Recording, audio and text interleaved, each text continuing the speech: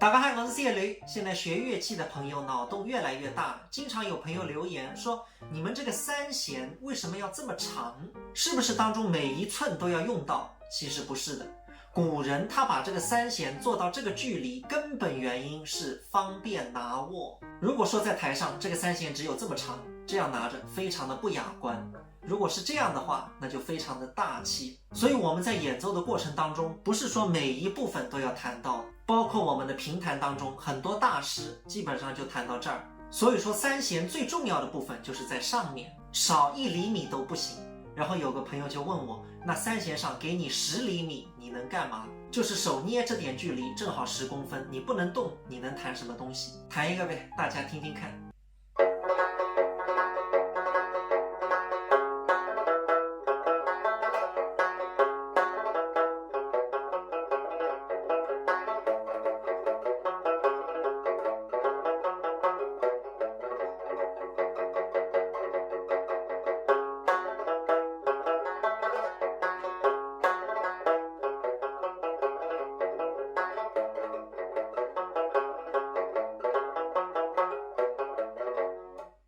看到了吗？